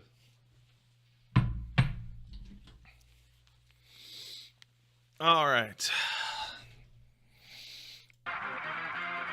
No, you can't have any. This episode is sponsored by Curiosity Stream. No. Smart TV for your smart TV.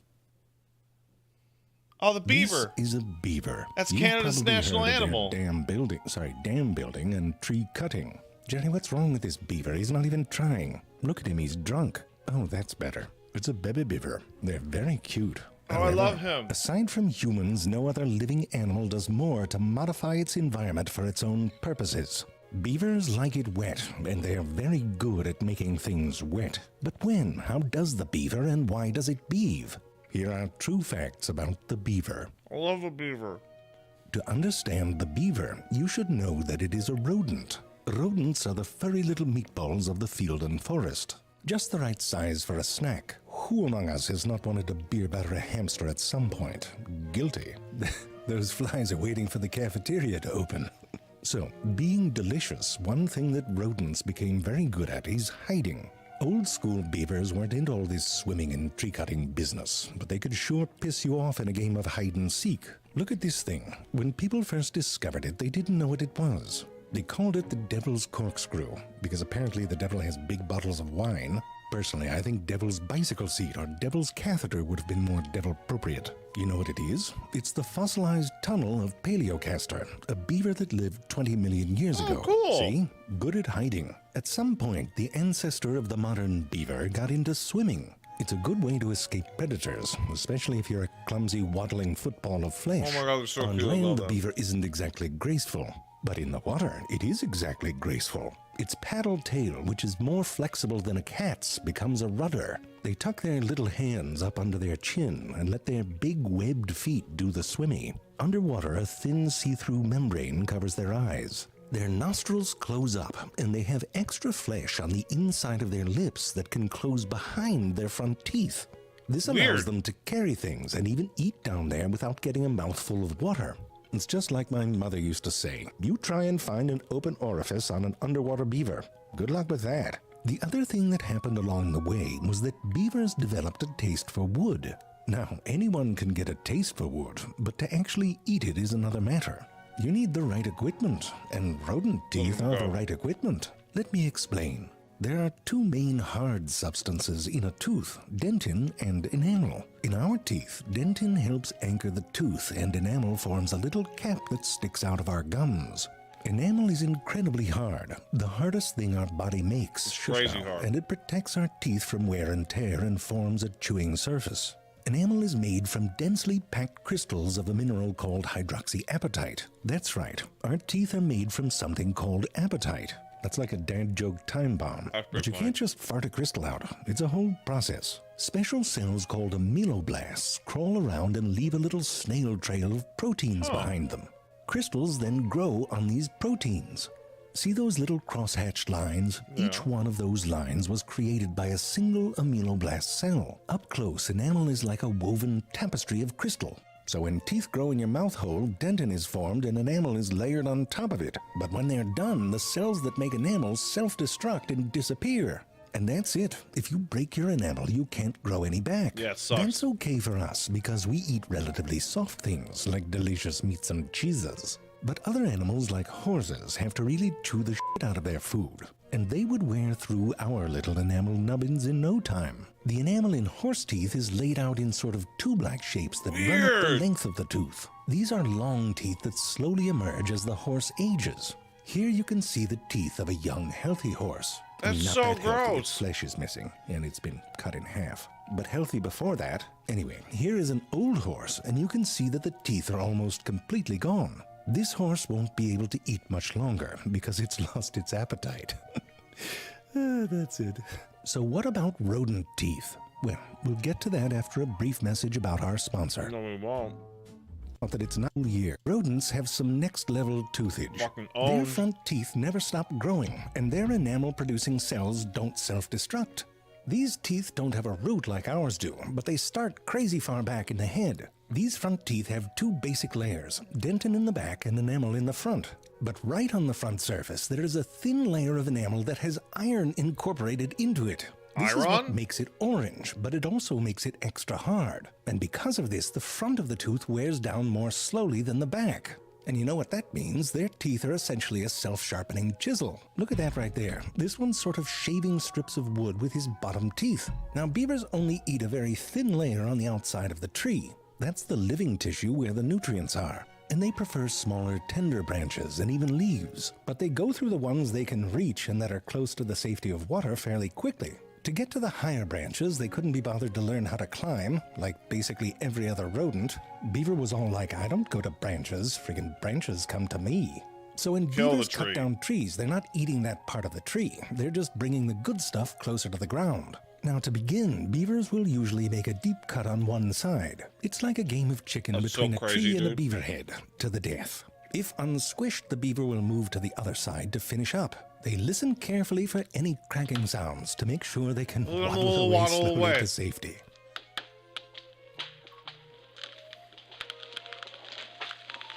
Now there's a scientist that suggests that beavers can actually control the direction of the tree fall, planning the cuts so the trees fall toward the water where the beaver is safe. But it's not clear if this research was peer-reviewed. Jerry, that's a typo. It's peer-reviewed. No, I'm not saying the same thing. I'm saying peer, like someone in the same field.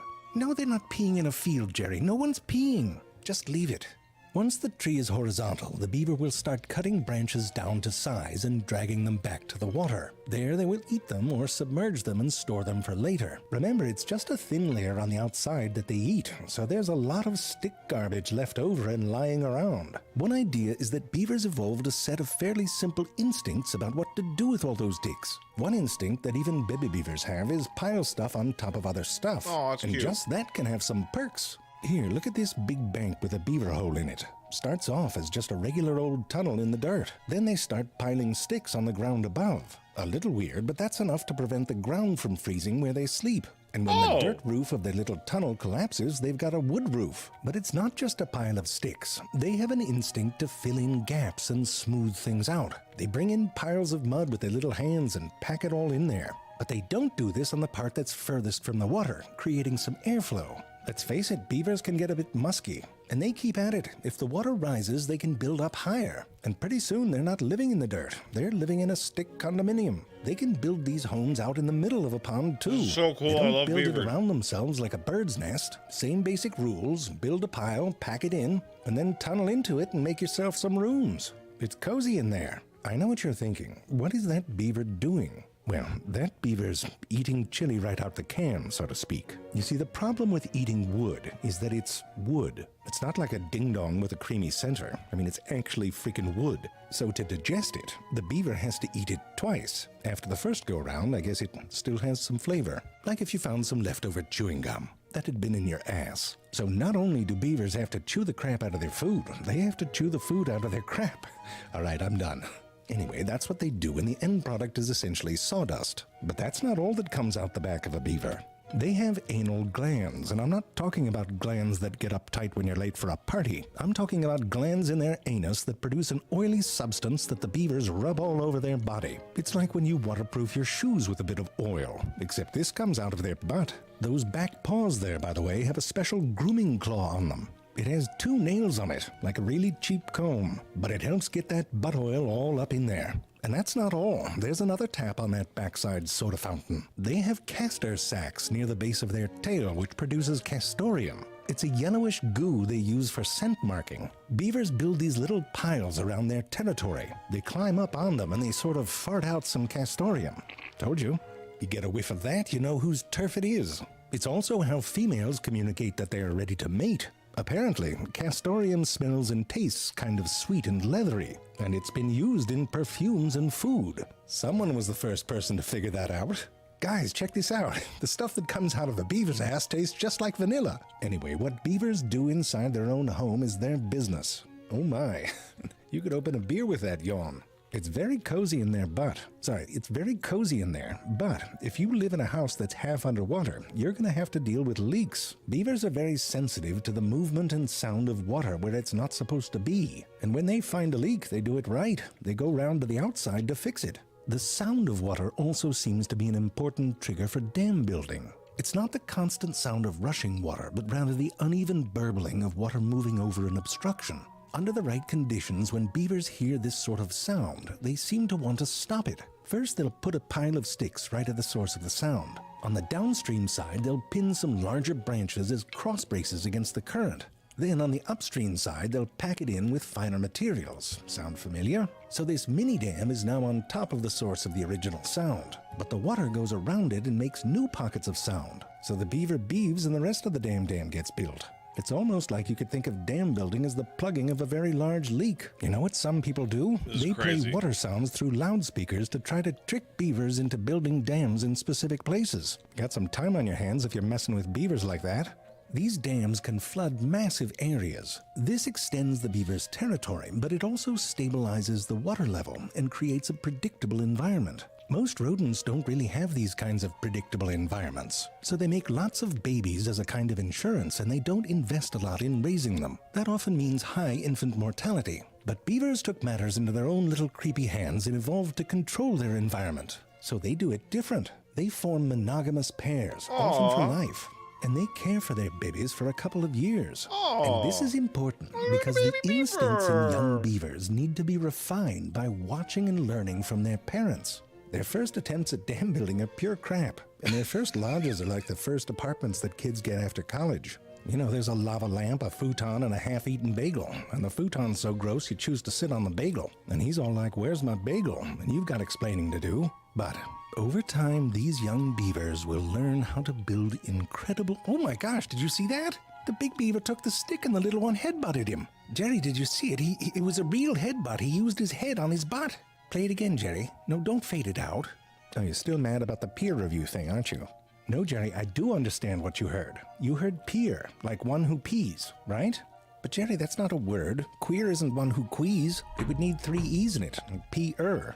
What? Seer? Oh, that's Beavers are interesting. great. Seer is sort of like what you're saying. But hold on, Jerry. The bigger point here is that you thought urination was somehow part of scientific review. What did you think peer review was? Well, Jerry, that's not science. That's niche pornography. We got a long one again, so I'm going to skip it and watch a short one. A Boise, Idaho woman is considered a medical miracle. Laura Esterman was struck by lightning nearly a month ago, and she was considered officially dead. Thankfully, CPR from her mom revived her heart, but she laid in a coma for 2 weeks, and then she defied all odds and woke up.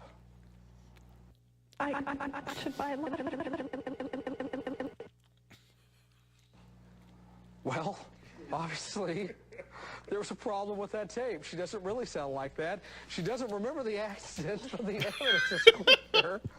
I am so sorry. Laura's learning to walk again after the lightning burned her legs, and we'll have more. Oh, I love it. Oh, that's great.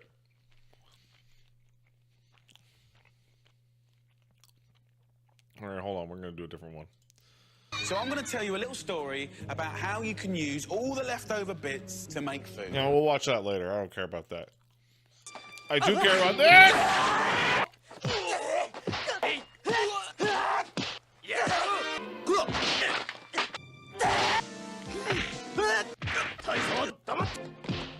Yeah, I want to see Jared get up, throw it off the cliff. Come on, throw Jared off the cliff. He's got a crutch. It's coming up.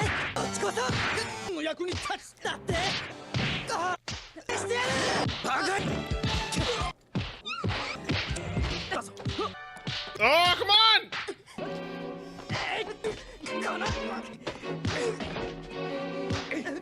What's this? Oh, yeah, soon! Throw him off the cliff! Come on!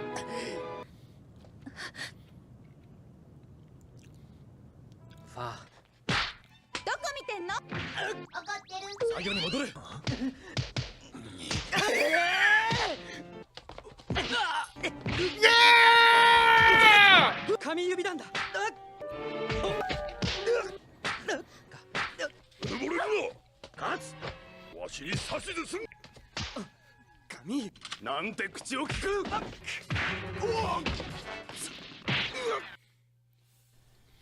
Hey, kitty cat. What I the fuck checked your is this? collar. Would I find your phone number? You know I'm a guy, right? It's all roleplay, baby. Hey, quiet down back there. Okay, welcome to the raid, everyone. Any questions before we begin? Yeah, how are we gonna split the groups for phase 2 and the Oh, boss? hey there, little boy. Are you someone's cosmetic pet? You're adorable. I'm 33, and I'm the main tank. Yeah, like that's gonna happen. Big guy, you're the tank now. But I am the healer. Come on, look at you. You could probably bench press this whole raid. I only lift the spirits. Not anymore. Turd Tree, you're the healer now. But I'm not even... Okay, here's the deal. DPS, if you do less damage than the tank, I'm kicking you out. Tanks, if you do more damage than the DPS, I'm kicking you out. Healers, as always, if anyone dies, it's your fault. Yeah! Don't give me this "he stood in the fire" crap. I've been standing in the fire this whole time, and I'm perfectly fine. All right, let's pull in 5. It's the healer's fault.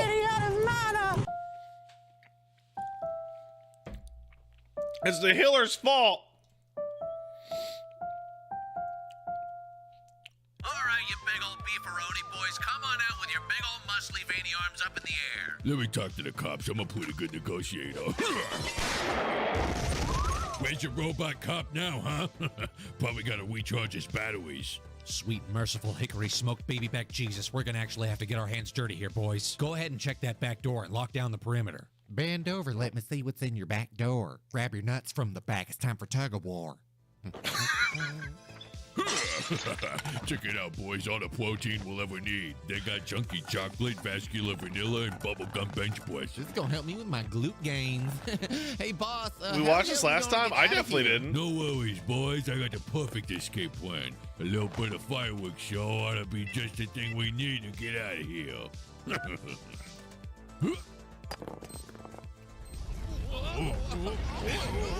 hell's going on? Oh my god, it's RoboCop. What the fuck? Entering arrest mode, loading Miranda file. Quit updating, you bucket of bolts, just shoot them! Shove this in your USB port. Get him, Robo! Oh fuck yeah, let it rip! Unload all over him, boy! Targeting mode in. Do you guys remember when 18-year-old, highly violent, R-rated RoboCop, films you forgot to defuse the bomb. were turned into kids' cartoons so they could sell toys? That era fucking rules, dude. Stop right there. That shit fucking kicked ass. Freaking me out, man. Come on, go, go, go. I don't know what's going on. I'm giving it all she's got, but she just won't go anywhere. Fall over to your shoulder. Oh, fuck. I need to see some identification. RoboCop, I keep pressing buttons, but it just makes the timer go down faster and faster. Look. Oh my god, I can't even with this thing, RoboCop. You think you could hack it or something? We only got like 10 seconds before we all die. Activating thermographics. This appears to be a bomb. Normally, I would have to reverse Google image search the serial number in order to find the make and model of this bomb so that I may properly deactivate the bomb. Or, I guess I could just... Oh my god! Yay! Evil guys, no match for me. Singing this song, yeah, it's copyright free. Evil guys, where you gonna go? Way to go, Metal Dick. RoboCop is such a terrible, You're making other like, officers cartoon or TV character. Now, hold on a like, minute. He can't what do you move. mean lazy? How am I supposed to compete with this guy? He's throwing bombs in the air. Officer, do you have a problem with the way in which I'm executing my tasks? Innocent lives could have been lost. Scanning your emotions, I can see that you are growing jealous of me, aren't you, officer? Hey, I didn't consent to you scanning my emotions, RoboCop. Using my thermographic vision, I can see that your penis is tucked between your legs, much like a dog when it is scared, and you also have a lower back tattoo that reads Captain of the Bussy Patrol. Scanning my emotions is one thing, but I'm pretty sure that scanning my genitals is against the hippo law, or whatever it's called. Now, hold on, all right? He's just spitting facts. You can't hate on RoboCop just because he's an ice-cold motherfucker says it like it is. Now, if there's anybody who should be in trouble, it's you, Miss Lewis. What the hell are you doing walking around with all that ass? Yeah, you know, RoboCop and I have been busting down a lot of bad guys, so we should probably get back to it. Gentlemen. I got that tattoo a long time ago, okay, Lieutenant? Before I swore myself to the badge, I was the butt-clapping captain of the Bussy Patrol. Within the world of omni-consumer products, there's just no room for RoboCop. Everywhere he goes, he leaves the city in ruins. And let's be honest, it's fucking weird that he has a cold, dead human face. No, actually, that's where you're wrong, okay? We did a lot of research and surveys, and people prefer human face because it's much more relatable. I think you'll be quick to change your mind once you witness the power of my enforcer bot, P3N1S. Hold on, P3N1S. Oh, gross, I know what you're trying to do. We can't possibly work with this man. Enough! Every scientist has the right to name his robot whatever they please. Let's hear the man out. Thank you very much. Now, if you'll all please pay attention to the screen here, I've got a simulation running that will show you just how powerful my P3N1S is. Stop! Okay, now you can go. Harold, you've done some fucking stupid shit before, but this takes the cake, all right? First of all, you never complimented me on my pearls. Second of all, how could you possibly throw up all over a newborn baby and then you shit yourself, Harold? And I know you shit yourself because the car smells like fucking shit. Well, your mother always brings that bologna cake and it smells so goddamn bad I can't help but throw up and shit You are over the speed limit, so you must die. Fuck yeah. Wait, what? That wasn't a video? That's real? I brought the tasty gems. Hello there, Mr. Robot. Can you please stop killing people? What is that funky sound? Talking to you, robot to robot. Power down, let these people go home. Please refrain from dancing in the middle of the street. It's illegal. That was awesome. That robot cop really knows how to carry a tune. Why doesn't your robot sing songs? Sorry, sir. I didn't realize that music was so powerful in the tech space. I'll get back to the drawing board and start drafting up catchy pop tunes. Stupid fucking RoboCop fucking bitch! How the fuck does that asshole know how to make pop songs too? What the fuck? How am I supposed to compete with that shit? Okay, pulling up his diagnostics here, there appears to be something that's really bogging down his memory. Oh god, this is such a waste of our time. RoboCop needs to be out there on the streets, not printing diagnostics out of his butthole. You're one to talk, Miss Lewis. Don't you think for a second that I didn't pull up RoboCop's video memory files? I know what you do with him when you're all alone. Listen here, bitch. I know that you think that he's just a toaster or whatever, but deep inside of that metal body is a man. What man lactates battery acid from his nipples? All right, ladies, that's enough. I gotta borrow the Tin Man real quick. Some asshole decided to park in my parking spot, so I need you to pick up his car with your bare hands and throw that shit to the side of the road.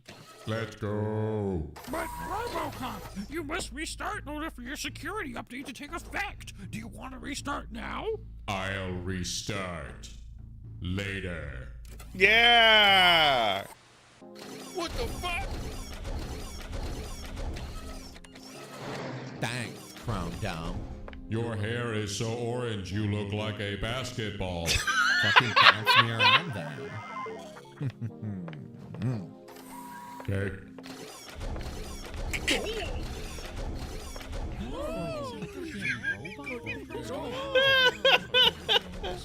Oh, shit. Oh my god! A tall glass of baby food coming right up. Thank you. Oh god, I totally forgot to put on deodorant. So if you could just go ahead and shut off your nose functionality for tonight, that'd be perfect, thanks. I can feel people staring. Oh, well, let those fucking idiots stare, RoboCop. They're just jealous of what we got going on. Now, could you go ahead and use your X-ray vision or whatever it's called to look inside of me, because I was gonna get a cleanse, but I don't want to get one unless I need one because it's like mega diarrhea. Okay. Oh my god, somebody help! There's a man out there that just jaywalked! I'm sorry, but I must go now. Yeah, sure, whatever. Dub isn't real? Wait, no, this is real dub. This is what I saw this episode when I was a kid. Come on, no, this is real. This old bitch is as good as dead. Don't even try to stop me. Oh god, please help me! You were supposed to take the shot, goddammit. I'm going in. Move, you stupid bitch. Move, goddammit. You can do. Oh, it's not me you want. It's my recipes, isn't it? Just say a fucking yeah. You want to know my plan? You're gonna be my new grandma, okay? You're gonna feed me fudge bars every day, rub my belly, and tell me how much of a big boy I am. Yeah, freeze, fatso.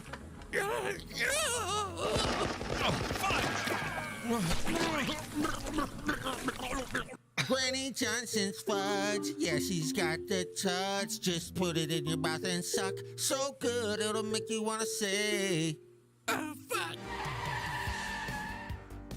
All right, where's the old lady at? Give us the scoop. Bend over. I need to see some identification. Oh my God, is that RoboCop? Look, it looks like he's covered in shit. Freeze, asshole! What? Look out!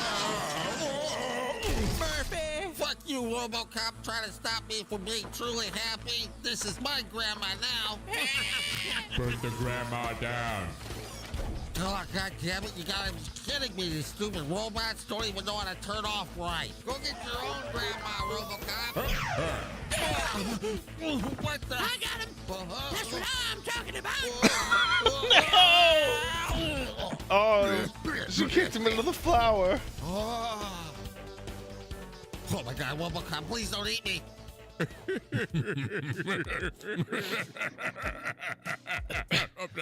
I'm sorry, I smell like chocolate now.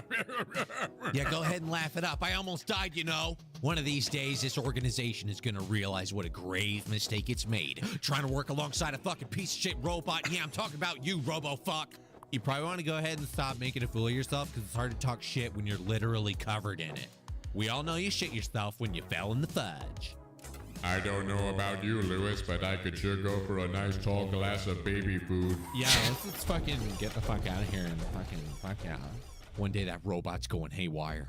And I'll fucking be ready for him this time. And I'll grab his stupid fucking robot neck and I'll fucking split that shit in half just like this. And You have the right to... Incredible. Incredible. Incredible. All right. Living in the flooded streets of New Orleans. Kendo Shinji's father is a scientist, okay? So he built a giant robot for Shinji's birthday. Shinji's friend, Rin, knows how to bust a cap. When she's not fighting aliens, she's taking a nap. Without Asuka from Germany, everybody would be lost. Her country is responsible for the holographic map. Shinji said, thanks, Daddy, can I take it? Oh, that's great. Your dad loves you. Get in the robot. I still think so. If anybody doesn't get the jelly donut fucking gag, if you watch the first couple seasons of Pokemon, they're eating fucking rice balls, and fucking Brock is always like, "Oh, I love these jelly donuts," and it's just completely unhinged. It's completely fucking crazy. It makes no sense. It's disgusting. Eat your hamburgers, Apollo. That's right. All right, I'm gonna go turn that goddamn. Hold on, I gotta go turn that fucking. I gotta turn that thing on. I gotta turn that. Oh, I'm logged in his page right now. Fucking lame. I gotta turn that. Oh, shut up, Pat. Shut the fuck up.